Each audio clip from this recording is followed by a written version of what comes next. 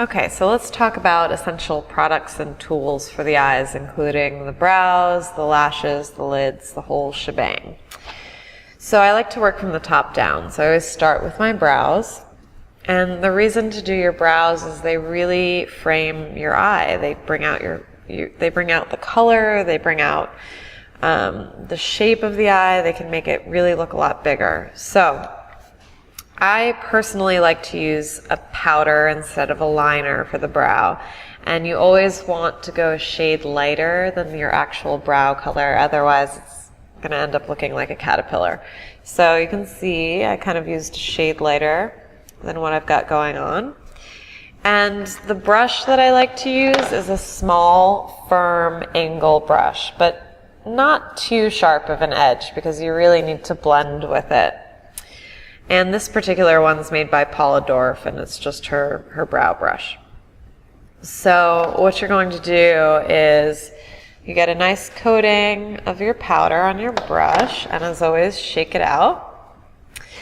And what you'll do is you'll start from the bottom of the brow, because this is where you really want the most definition. And then you're going to blend in an upward motion, using that tip of the angle to really target that lower line, and blend upward and outward to the very tail of your brow. So once you've got a good coating of this color, you can go back in with a disposable mascara wand or an actual mascara wand and just sort of zigzag and blend that color into your brow and brush all of the hairs themselves into place. Then I like to just go across the top and smooth them down in the same direction.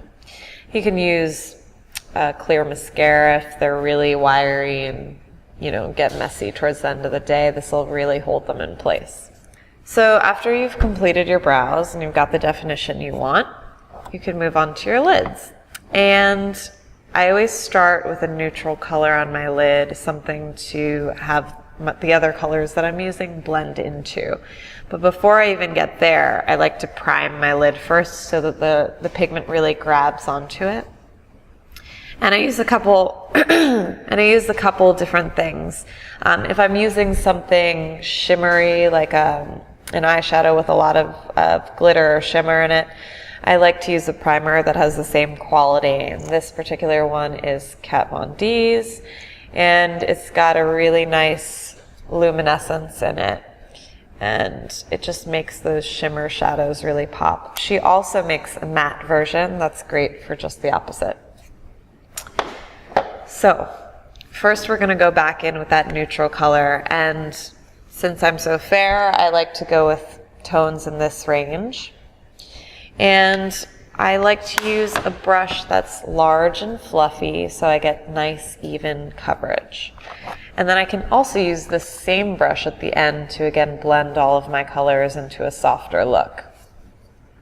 So I get a nice coating on my brush, again shake it out, and I just blend downward into my lash line from the brow across and make sure I'm very even all throughout.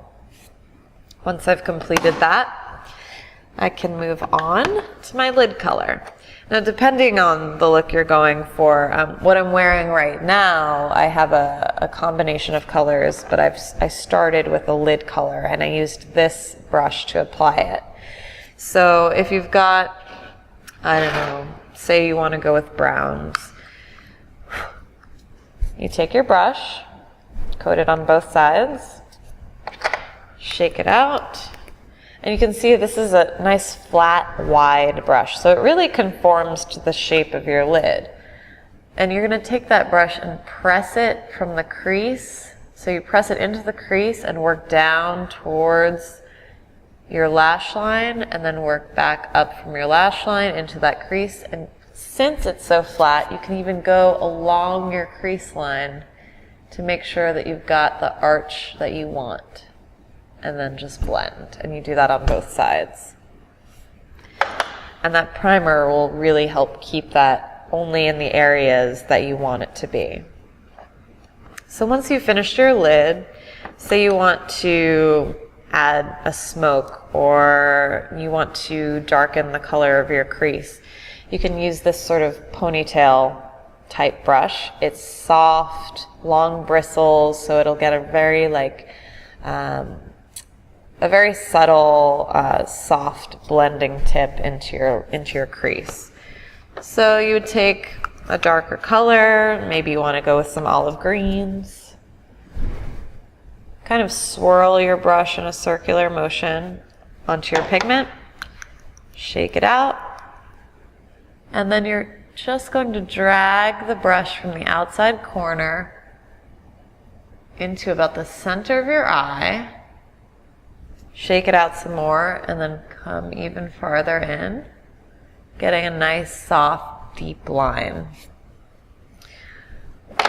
So if you want to get even more intense, you can take a black or a really deep brown and smoke out your eye even more. And what I like to do with that is use a shorter bristle brush, something that's a little more firm so you've got more control. And I'm really now just going to focus on the outside corners. So I take my pigment, I work it in a little bit of a circular motion, just in the outside corners there. And then I can start to blend it up just above the crease,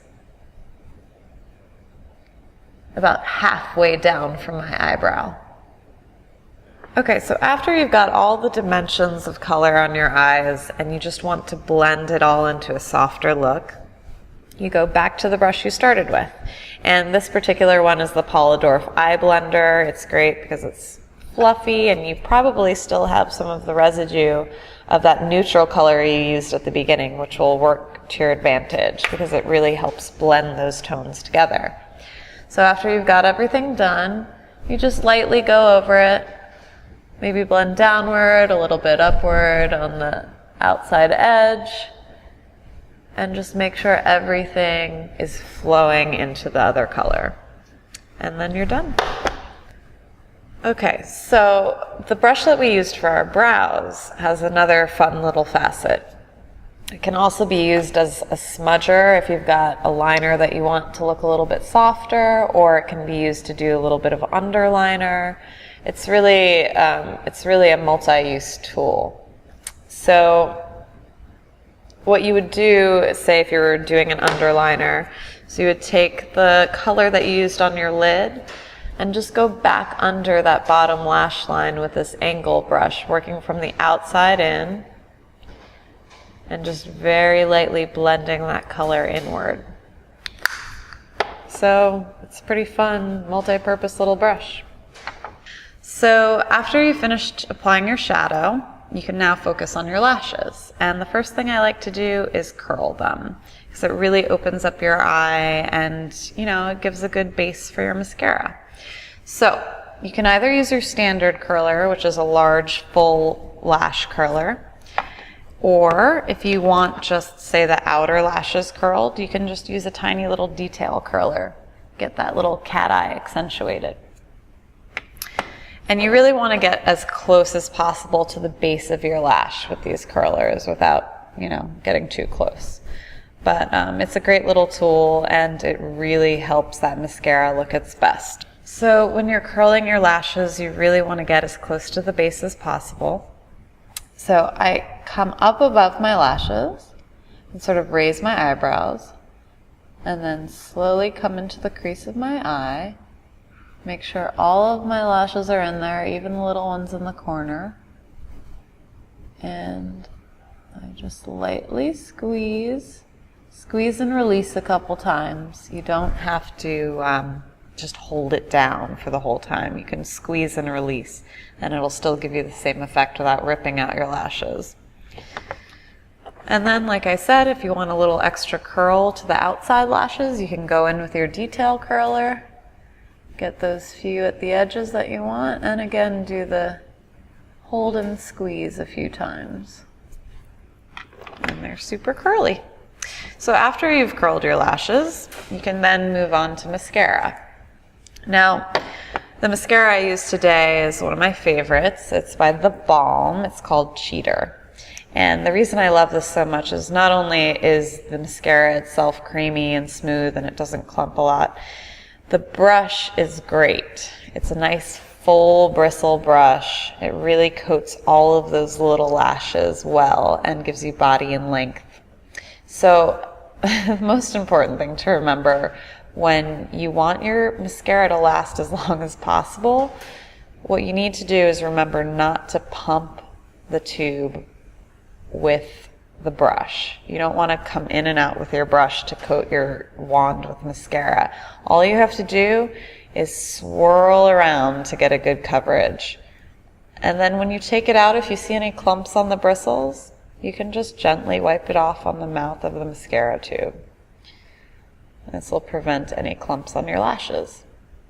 So when you're ready to apply, again, you start at the very base of your lash and in a zigzag motion, really coat all those bottom lashes there. Once you feel like you've got good coverage on the base of those lashes, you can gently start to blink and pull your lashes through the brush gently to move the mascara all the way to the tips. And if you see any clumps at this point, you can move your brush in the opposite direction that your lashes flow, and it really helps separate them. And that should be enough to get you really good coverage. So now we're going to revisit our mascara wand, which we used to brush our brows into place earlier. But this brush can also be used to get rid of any clumps that you get after you've applied your mascara. And since it's clean and it doesn't have any product on it, you can really just brush it through your lashes and use the same motions that you use to apply your mascara, but this just pulls any excess product that you have out of the lash.